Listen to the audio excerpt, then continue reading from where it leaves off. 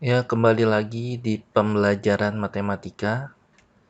Untuk materi kali ini kita akan membahas tentang bilangan berpangkat atau eksponen.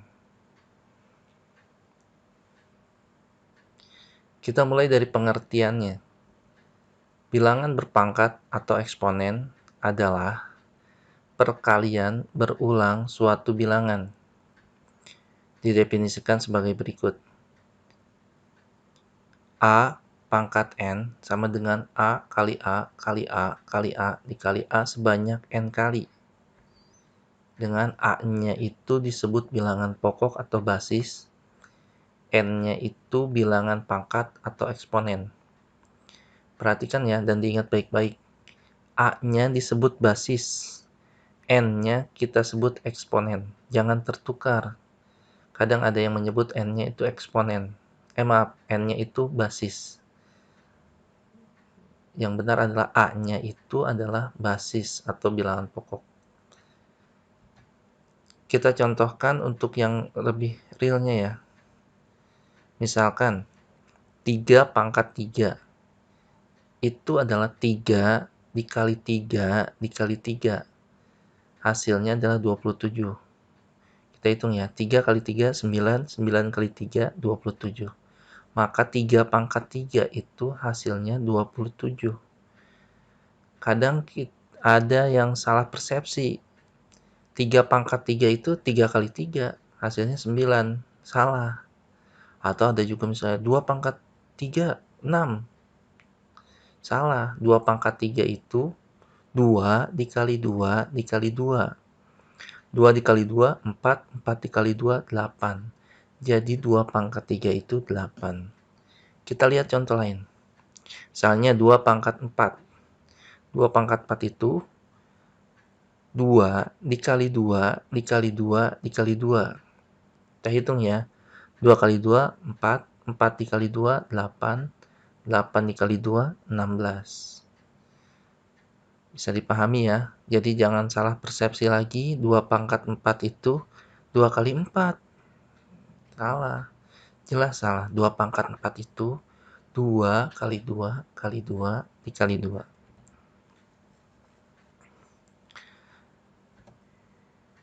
Untuk bilangan berpangkat, ada 3 jenis bilangan berpangkat yang sering dibahas. Yang pertama adalah bilangan berpangkat positif. Ada juga bilangan berpangkat 0. Selanjutnya adalah bilangan berpangkat negatif. Ini nanti akan kita bahas satu-satu.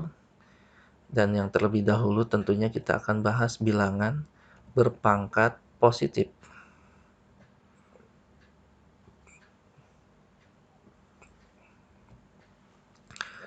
Bilangan berpangkat positif adalah suatu bilangan yang mempunyai pangkat atau eksponennya positif. Seperti ini tadi ya, A pangkat N. N-nya itu positif. Ini harus diingatkan berkali-kali, A-nya itu kita sebut bilangan pokok atau basis, N-nya bilangan pangkat atau eksponen. Supaya jangan sampai tertukar ya istilahnya. Nah, bilangan berpangkat ini mempunyai beberapa sifat.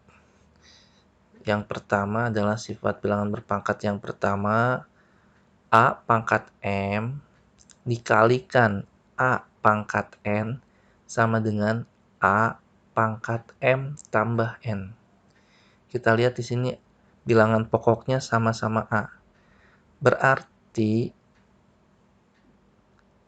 sifat ini berlaku untuk bilangan yang basisnya sama.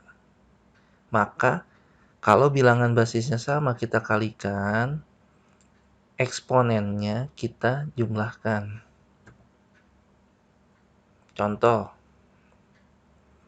2 pangkat 3 dikali 2 pangkat 2.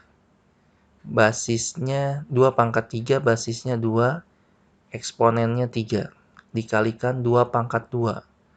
2 pangkat 2, basisnya 2, eksponennya 2. Kalau basisnya sama, kemudian bilangan itu dikalikan, maka berlakulah sifat ini di mana pangkatnya kita jumlahkan. Kita ulangi ya.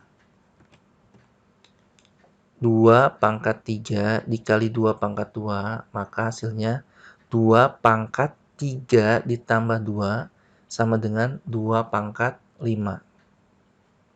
Jadi 2 pangkat 3 dikali 2 pangkat 2 hasilnya 2 pangkat 5.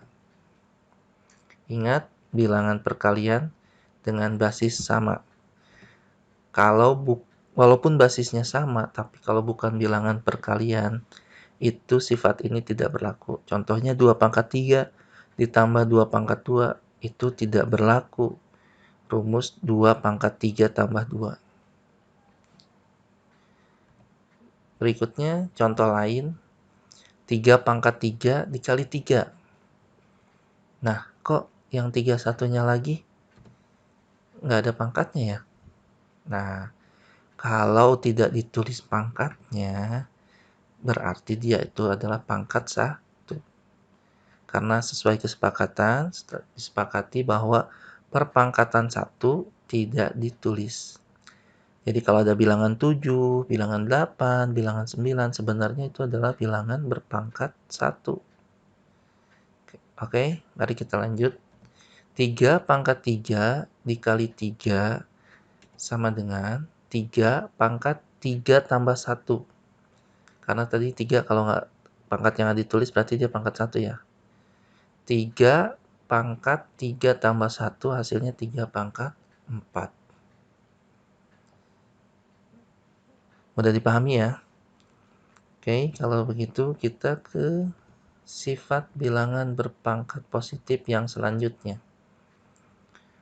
Yaitu A pangkat M dibagi A pangkat N sama dengan A pangkat M dikurangi N.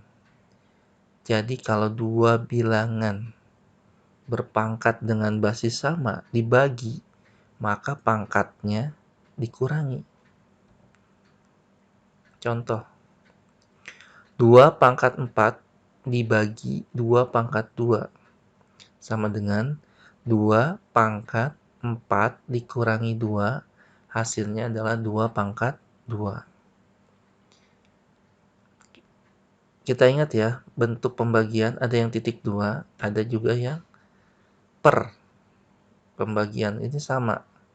3 pangkat 5 per 3 pangkat 2 sama dengan 3 pangkat 5 dikurangi 2, hasilnya adalah 3 pangkat 3. Jadi jangan heran, jangan bingung kalau ada, yang satu ada titik 2, yang satu per, itu sama saja. Sama-sama dibagi. Kita ke contoh soal. A 7 pangkat 4 dikali 7 pangkat 4. Nah, ini ada bentuk lain ya, tanda titik. Tanda titik, diingatkan kembali bahwa tanda titik itu artinya sama dengan dikali. Ya, pengganti tanda kali. Jadi kalau 7 pangkat 4 titik 7 pangkat 4 berarti itu adalah 7 pangkat 4 dikali 7 pangkat 4. Yang kedua B, 7 pangkat 4 dibagi 7 pangkat 4. C, X pangkat 4 dikali X pangkat 4.